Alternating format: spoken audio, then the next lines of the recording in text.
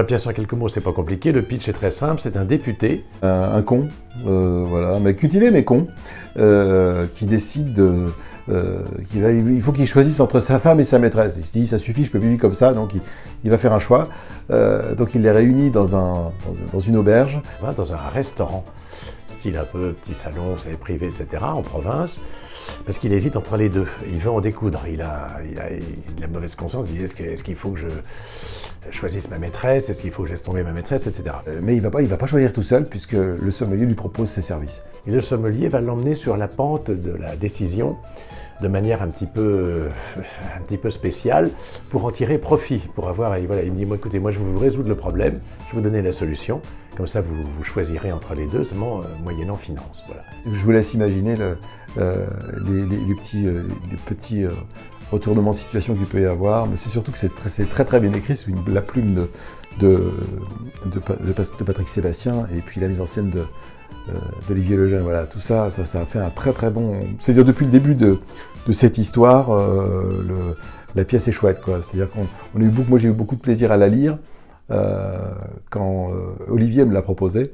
et Patrick Sébastien a dit « Ah bon, il a dit oui, Didier ?» Ouais, oui, je dis oui, et la pièce est vraiment très bonne. Alors c'est à la fois la comédie de mœurs, c'est le musical parce que Didier Gustin fait des imitations remarquables. Donc il y a un côté musical, etc. En plus avec Didier on improvise beaucoup. Et puis c'est aussi chansonnier parce qu'on fait beaucoup d'allusions à la politique.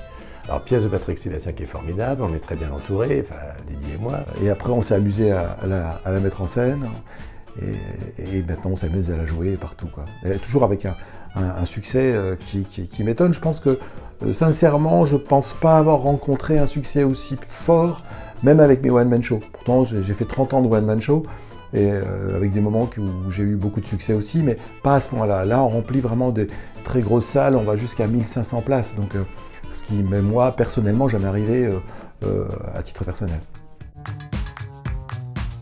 En fait, le track, pour moi, j'ai du strack, c'est un mélange de stress et de track, c'est du strack. Voilà, je fais du strack, moi, donc c'est un mélange de tout ça. On a toujours le track parce en tout cas, si on l'a pas, il faut l'avoir.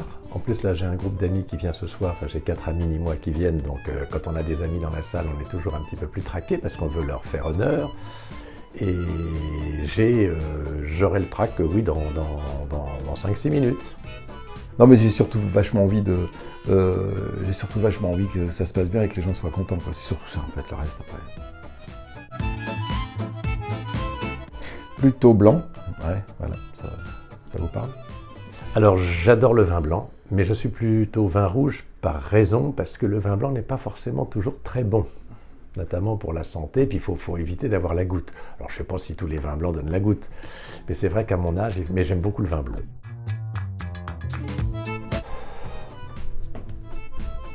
Un pommard. Ah, si j'étais un vin, si j'étais un vin, je serais peut-être un vin sans alcool, parce que je ne bois pas d'alcool.